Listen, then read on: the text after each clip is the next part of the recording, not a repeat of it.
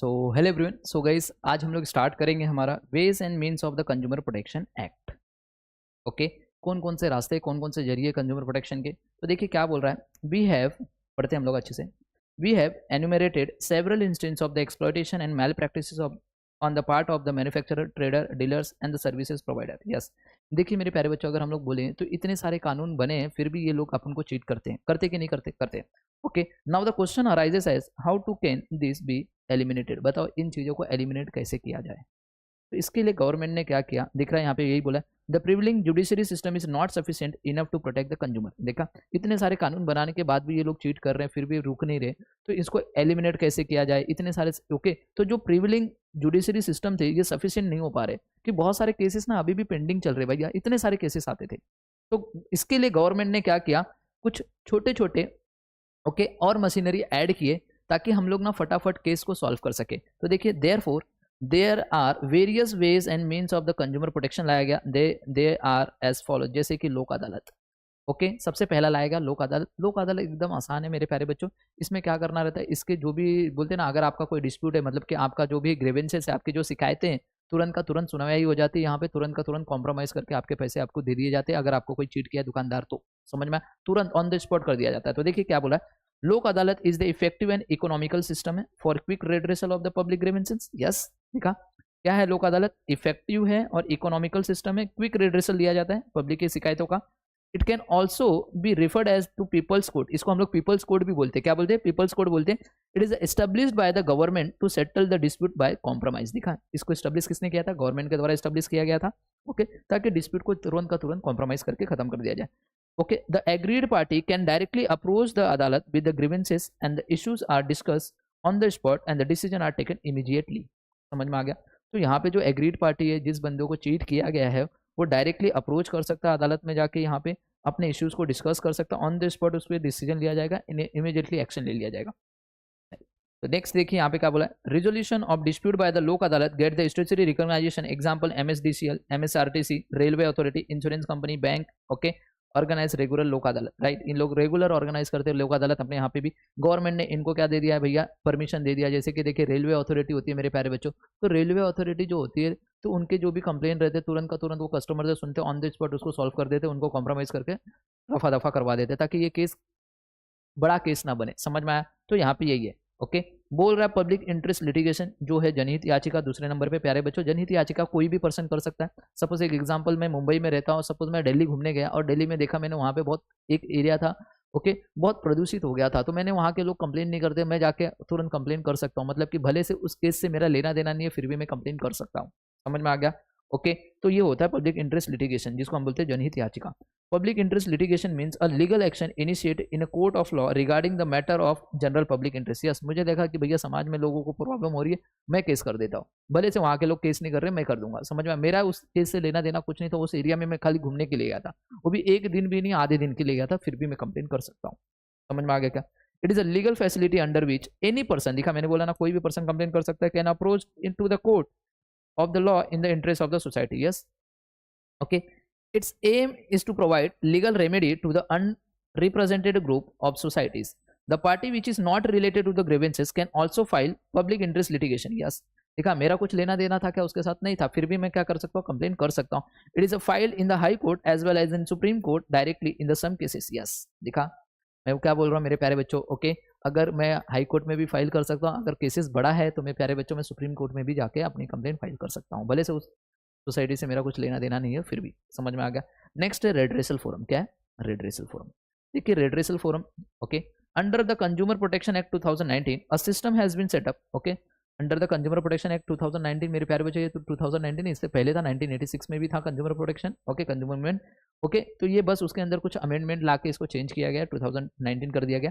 A system has been set up to deal with the consumer grievances and dispute at a district, state and national level. Yes, okay, any individual consumer और association of consumer can file a complaint with the respective commission depending on the value of the goods. Yes, दिख रहा, अगर suppose आपको वो जो है, आपका जो चीट किया गया, आपको एक्सप्लॉइट किया गया, अगर आपके वैल्यू ऑफ गुड्स अगर 1 करोड़ से कम है तो आप कहाँ पे जाओगे, डिस्ट्रिक्ट फोरम में अपनी कंप्लेंट को फाइल कर सकते हो। बट आपको जो अगर जो वैल्यू ऑफ गुड्स है आपका वो 1 करोड़ से लेके 10 करोड़ के बीच में है मेरे प्यारे बच्चों, तो आपको स्टेट कमीशन में जाना पड़ेगा, ओके, फाइल करना पड़ेगा। एंड अगर आपका 10 करोड़ से ज़्यादा है मेरे प्यारे बच्चों, तो आपको कहाँ पे करना पड़ेगा कंप्लेन अपनी फाइल, आपको नेशनल कमीशन में करना पड़ेगा। बात समझ में आ गया? तो यहाँ पे वही बोला, वैल्यू ऑफ गुड्स के हिसाब से आप अपनी कंप्लेन अलग अलग, ओके, फोरम में कंप्लेन कर सकते हो।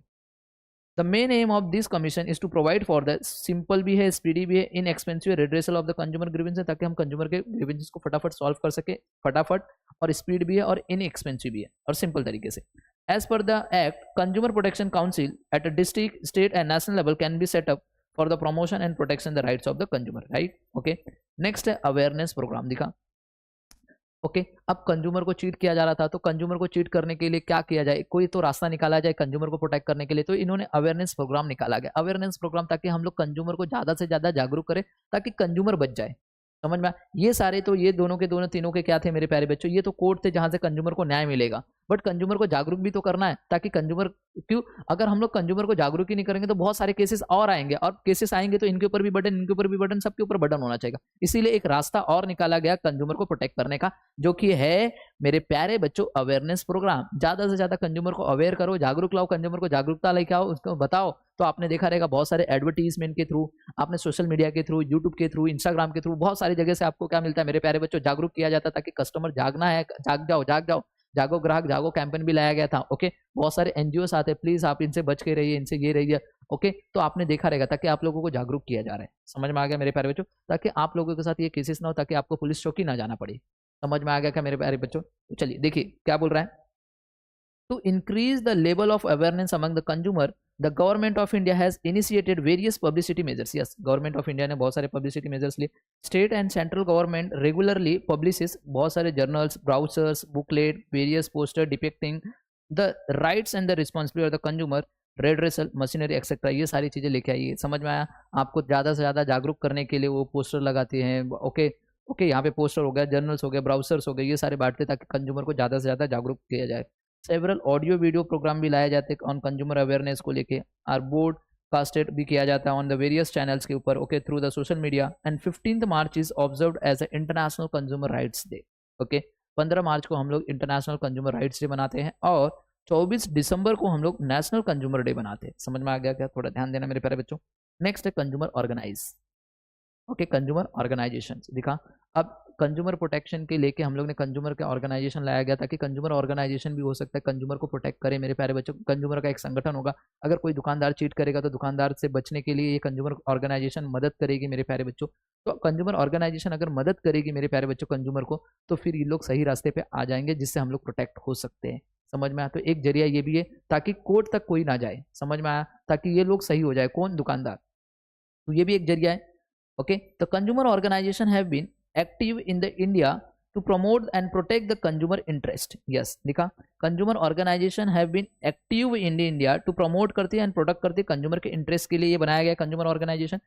Consumer movement is well settled in India and helping the individual to seek the quick and adequate redressal of their grievances. लिखा, कंज्यूमर मूवमेंट जो ये सेटल किया गया था इंडिया के अंदर, तो ये क्या करती है? हेल्प करती है इंडिविजुअल को, ताकि उसके प्रॉब्लम को जल्दी से जल्दी सॉल्व कर दिया जाए।